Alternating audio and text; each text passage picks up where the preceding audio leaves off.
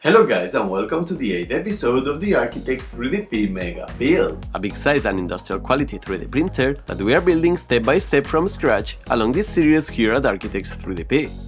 This project is only being possible thanks to my Patreon supporters that help me keep going month to month, and also the amazing sponsors of the Architects3DP MEGA project that you can see on screen. In the last videos, we have been unboxing all the components coming from Bondtech, E3D, Diamond CNC, Duet 3D, and Noctua. Now the moment has come. We already have all the necessary components to build the two extruders of the Architects3DP MEGA. To start, I'm going to build one of them to show you how to do it. But before starting, be sure to click here in the subscribe button and to ring that bell to be notified when new cool stuff is uploaded. If you do it, it will help me creating new content and growing the channel to reach more special viewers like you. Alright guys, so once you are subscribed to Architects3DP YouTube channel, I'm going to show you the design of the two extruders here and right now. As you can appreciate, the extruders are quite complex, and that's why I'm gonna print them in multiple parts that I will glue together using some super glue later on. To print the extruders, I have oriented every single part in optimal position to be printed. You will get access to the final STL files through the links in the description, as well as the complete Architects3DP MEGA Rhino file. Alright, so with what I said, here I have the first prototype I printed out of the Architects3DP i3, a 200 bucks DIY 3D printer that I designed and built along a complete series here in the channel, and I strongly recommend you to watch clicking in the top right corner or in the link in the description. I printed this prototype using this yellow 870 PLA provided by Sakata3D as an official sponsor of the project. The final materials to print the Architects3DP MEGA will be this amber and black PETG that I will show you later. These filaments have been provided as well by Sakata3D, who I'm going to introduce you right now. Sakata3D is one of the few filament manufacturers that produce their complete line of materials in Europe, concretely here in Spain. So definitely one of the companies that you can always rely. For this project, I've used their PLA 870 yellow for prototypes, and I'm gonna be using the amber and black PETG for the final printed parts for the Architects3DP MEGA, as I mentioned before. I've been testing some of their materials, and I strongly recommend you to check them out through their website Sakata3D.com, where you will find the webshop and more information. Alright, so continuing with our 3D printed prototype, I'm going to remove all the supports that, as you can see, are quite a lot. I will let you know with a time-lapse of the complete process.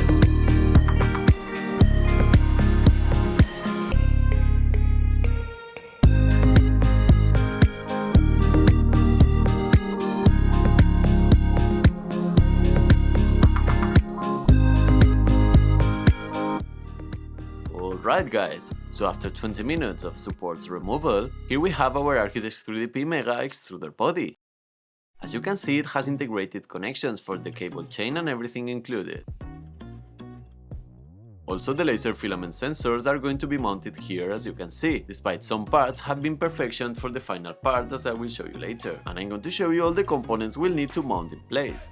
To start, we need one of the Bondtech extruders, two Noctua NF-A4X20 FLX for the layer fans, and one Noctua NF-A4X10 FLX to cool down the extruder. We'll also use a genuine Hewing carriage. The model name is HGH15CAZ0H and was provided by Diamond CNC, who has also provided 8 NEMA 17 stepper motors for the build. In this case, we'll need one for each extruder. We'll also need the infrared probe provided by Duet 3D, as well as the laser filament sensor. And finally, one of the E3D V6 24V extruder sets provided by E3D Online. Finally, we'll also need some more bolts to mount the Hewing carriage, as well as zip ties and all the necessary Allen keys and screwdrivers to put everything together. You will find all the products linked in the bill of materials that you will find in the description. Alright makers, so now that I've shown you all the necessary components to build the extruders, I'm going to start with assembly. For what I'm going to put everything away, and I'm going to start by installing the Hewing carriage that is going to be integrated right here inside the extruder. As you can see, we'll insert it from the back, and we'll attach it with the 4 screws I mentioned before from the front like so. I'm going to insert it in place, but you have to be careful with a few things. First, you'll notice that one of the sides of the Hewing carriage is metallic, and the other one is black. We'll use the metallic part as the top reference, that you will also find in the Hewing railways. So we'll install this reference part on top. Another very important thing is the plastic part that is inserted inside. It is very important that you don't take it out, since if you do, you could lose some of the bolts of the bearing and the carriage won't work anymore. Once that's clear, we'll insert it in place just like so, and we'll insert all the bolts from the front tightening them once all of them are in place. As you can see, everything fits perfectly. Remember to be careful with this plastic part in the carriage as I told you before.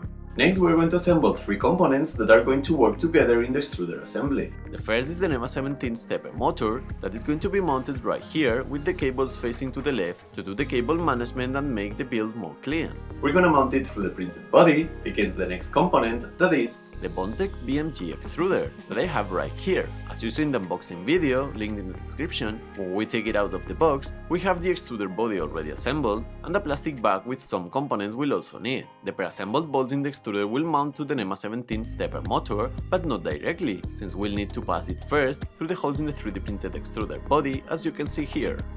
But before assembling them, we're going to take the extruder apart, and we're going to install the 2 components that were in the plastic bag. First one, the thumb screw for the extruder idler, that we can already insert here. The second component is the gear, that we're going to mount in the motor and is going to engage with this white gear right here, making a 3-to-1 reduction. After taking some measurements and following the instructions, we'll mount the copper gear in this orientation, so both gears will engage perfectly once mounted on the extruder body. I'm going to insert it, and I'm going to put a bit of pressure on the screw that will hold it in place. Then I'm going to adjust it with this half of the Bondtech extruder, and once I know the perfect position, I'm going to tighten the bolt. Now I'm going to assemble everything together and check that the 2 gears are engaged. And yes, they do. Now it's time to bring the third component I mentioned before. And it's going to be no other than the E3D V6 hot end that comes in different parts as we saw in the unboxing video that you will find in the description, and we're going to put together right now. Alright, so first step, I'm going to screw the long end of the heat break into the heatsink like so. You can use some of the included thermal paste here to make sure we have a good conductivity in between both metals. I'm going to tighten it with a pair of pliers, and next I'm going to screw the heater block to the short end of the heat break, just like this, all the way through till we don't see the threaded part. Next, we'll install in place the 0.4mm nozzle on the other side of the heater block. Again, you can use thermal paste for all the threads. Finally, I'm going to tighten everything using a pair of pliers. Alright, so here we have the main body of our hot end assembled. Whoops, I just realized I mounted the heated block upside down, so I'm going to rotate it real quick. You have to mount it with the threaded part of this hole facing the heatsink, so we'll insert the bolts that will hold the temperature sensor and heating cartridge from the bottom, as you can see here. This hot end body will be mounted right here on the Bondtech extruder, and then everything will fit in the 3D printed extruder body that I've designed to host all the components very fit, just like so. But before installing anything, I'm going to put it apart since we still need to add a lot of parts to the hot end, and they're inside this bag. The first thing I'm going to install is the temperature sensor that is going to be mounted right here. In this case, I'm going to use some thermal paste to make sure we'll have a good temperature reading. So I'm going to cut the bag where it comes just a little bit using a cutter, and then I'm going to put the sensor in like so. It will make sure there is no air in between the sensor and the heater block. After we insert it, we'll clean the excess of thermal paste, and we're going to find one of these headless bolts that we're going to screw in place using the provided Allen key. Make sure you have the cables oriented in the proper way, as we saw when we checked the assembly before. We want the cables coming out from the back of the extruder body. Alright, so next we're going to pick up the heater cartridge and we're going to insert it in place. But before, we're going to apply some thermal paste as we did before.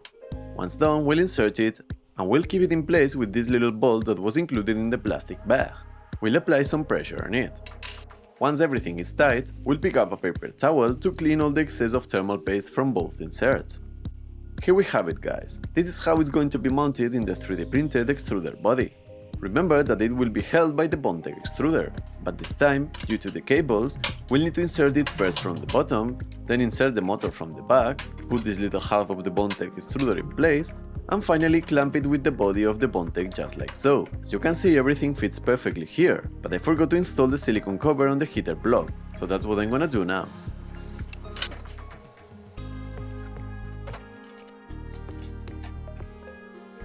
That's tight. It looks better now, right? Now we'll be ready to insert the bolts in place and tighten them. For that, we'll pick up the Allen key and we'll just screw them in. As always, once all in place, we'll tighten the bolts. By the way, before tightening them very hard, you should check that the orientation of the heating block is correct, and then tighten the bolts all the way in. I'm making now the last orientation adjustments, And here we go. As you can see, the cables will come out from the back and we'll then attach them to these cable clips I included in the design with some zip ties. We still have some components from E3D that we won't use, like this 30mm fan. And do you know why? Yes, because we're gonna use one of the 40mm fans provided by Noctua. For this case, we're gonna use the 10mm thick one. But before, we're gonna install some more electronic components to the 3D printer extruder body. The first is going to be the laser filament sensor provided by Duet3D. Huge shout out for them, since they have provided all the electronics for the Architects3DP MEGA. It would be mounted right here, but as you can see, it does not fit. Don't worry, since as I said at the beginning, this is just a prototype and I've solved this situation in the final design of the extruder, as I will show you later. The laser filament sensor needs to be mounted to a 3D printed part that you can download from the E3D website. I have it right here printed with the Amber PETG from Sakata3D Filaments, sponsor of the build. It will be mounted right here, and then we'll need to add some of the PTFE tube that will be clamped in between the two 3D printed parts of the sensor, as you can see here.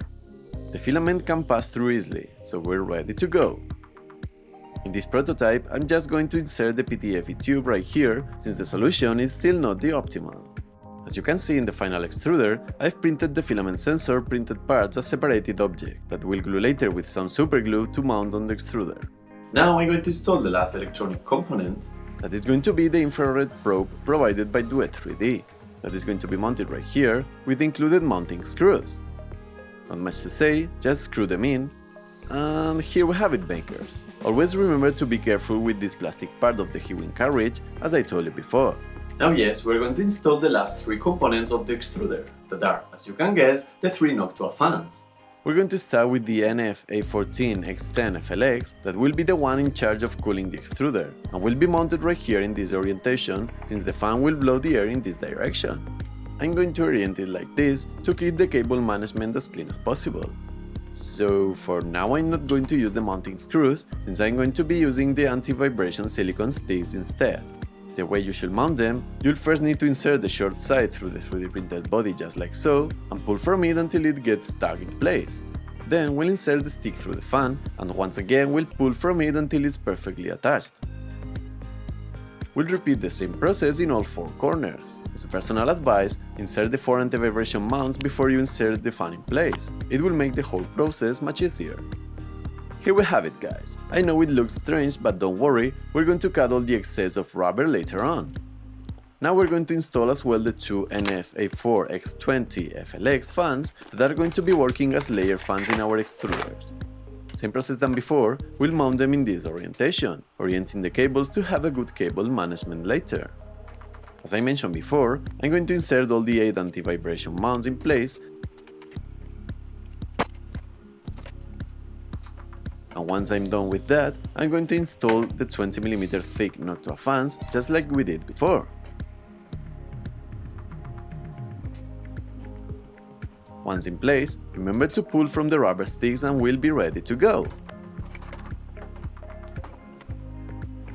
The cables, as I said before, are going to be routed just like so, keeping the cable management as clean as possible. Now I'm going to insert the third and last fan, repeating the same process, and done! As you can see, these rubber mounts give the extruder kind of an alien look. The last step will be to insert the PTFE tube in place and make the cable management that will bring all the cables through this cable chain I've printed for this prototype. But before doing that, I'm going to grab my cutter and I'm going to trim all those weird antennas we just installed like so from both ends. Once we are done with that, as you can see now, our build looks much cleaner. Speaking of cleaner, we have a serious amount of cable messing everything around that we'll need to organize real quick using some zip ties and the cable mounts I shown you before. For that I bought this pack of zip ties since we're going to be using quite a lot. The way it works, we'll insert the zip tie through the cable clip just like so, making sure our cable is passing through, and then after orienting the cable properly, we'll apply some pressure on the zip tie and finally cut the end, keeping it as clean as you can see here. I'm gonna leave you with a time-lapse of this whole process that I hope you enjoy watching, guys.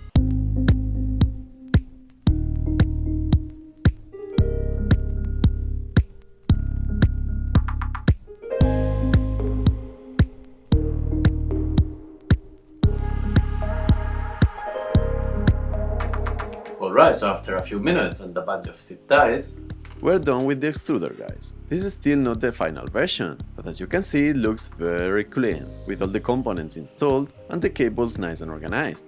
The last step will be installing the cable chain that I've printed for this prototype, and you will find link down in the description together with the other files of the extruders. Look at this result after we install the cable chain in place. It looks really cool, right? As you can see, the extruder prototype is finished. It will move this way through the x-axis of the Architects3DP MEGA. I'm very happy with this result.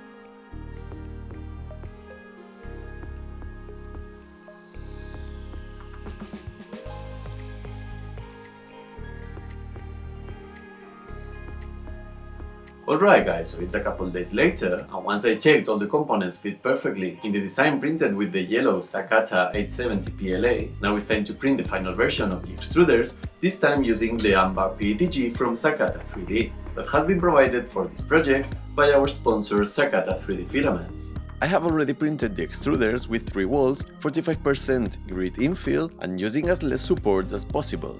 To minimize the use of supports, we'll need to print the extruder in parts that I have separated and oriented in the optimal position for you on each STL file, that you'll be able to download from the link in the description. As a result, here I have, as you can see, the same extruder printed with the final material.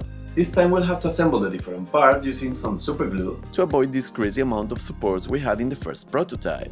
The parts that we have for this new extruder are the next: the main body, the cable chain mount, these little cable clips will glue in the back, the filament sensor cap, the filament sensor body, the filament sensor tag, and the extruder tag. Please have in mind that for the last two, I have combined the print, changing the filament manually once we finish the second layer, from the amber PETG to the black PETG from Sakata3D. This way we get this great effect. Once clear, before starting to swap the components from the prototype to the final version, what we're gonna do is to glue some of the separate parts in place. So first we'll glue the Architects3DP MEGA tag to the center of the extruder, in between the 4 bolts holding the hewing carriage. Then we'll be ready to glue the other tag. That will be the laser filament sensor tag glued on top of the filament sensor cap. Here we go! Then we'll be ready to glue the cable chain holder that will go connected to the back of the extruder body. If you notice any gaps in between the two parts, we can fill them with some more superglue like so. Finally, I'm going to show you a little mod we'll need to do in the filament sensor. The filament sensor will be mounted here, with the cap on top as you can see here. Well, so as you can see, the assembly won't fit in place, and the connector won't be accessible to connect the cables. So what we're gonna do is going to be first cut this plastic part here, and now I'm going to bend the 3 pins to the other side, all the way in. Once bent, we'll weld the cables directly to the pins. Let's check if it fits now, and yeah, I'm going to bend them a little bit more, like this. Now as you can see, it fits perfectly in place, but we're not going to glue it till we have the cables properly welded to the pins. I'm gonna let you now with a time lapse of the welding process.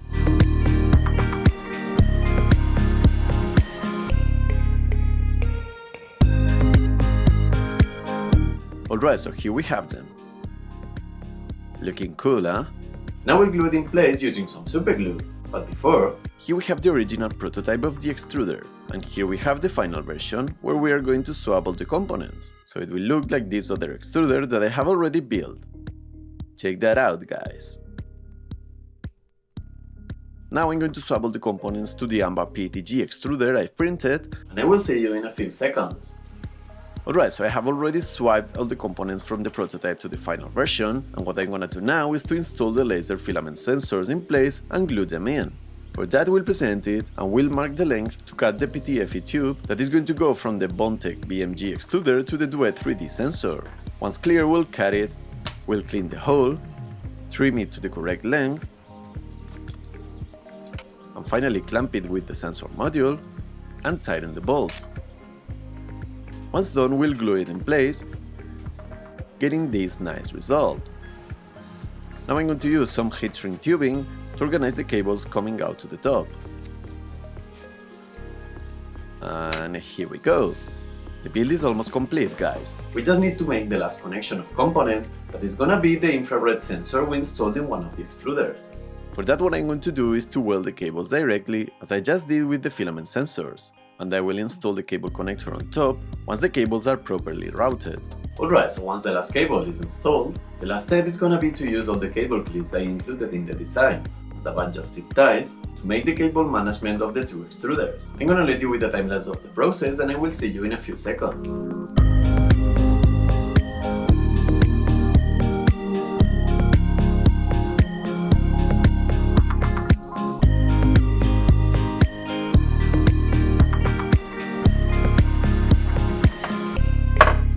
Okay guys, I've got something to show you. Check that out. As you can see, the extruders look fantastic once finished, and I can't wait to mount them on the X-axis of the Architects3DP MEGA, but that's going to be in the next episode, guys. As always, you'll find all the links for the final STL files linked down in the description, as well as the Rhino file where I'm developing the project that you can access if you're one of the $10 or more Patreon supporters. In the next episode, we'll assemble the X-axis and we'll mount the extruders in place. But that has been everything for this long video, guys. Finally, I just wanted to ask you to subscribe to Architects3DP if you still haven't, hit the like button, leave a comment, and share this video so more people will be able to enjoy with this project. And as always, a special shout out to our Patreon supporters for making this channel possible. If you want to join them and support the channel as well, you can do it navigating to patreon.com/architects3dp, clicking here in the top right corner, or in the link in the description. Remember that becoming a Patreon, you will get access to all the necessary components for this project, as well as all the past projects in the channel, and much more rewards that you can check in our Patreon page. Okay guys, so as always, see you in the next video.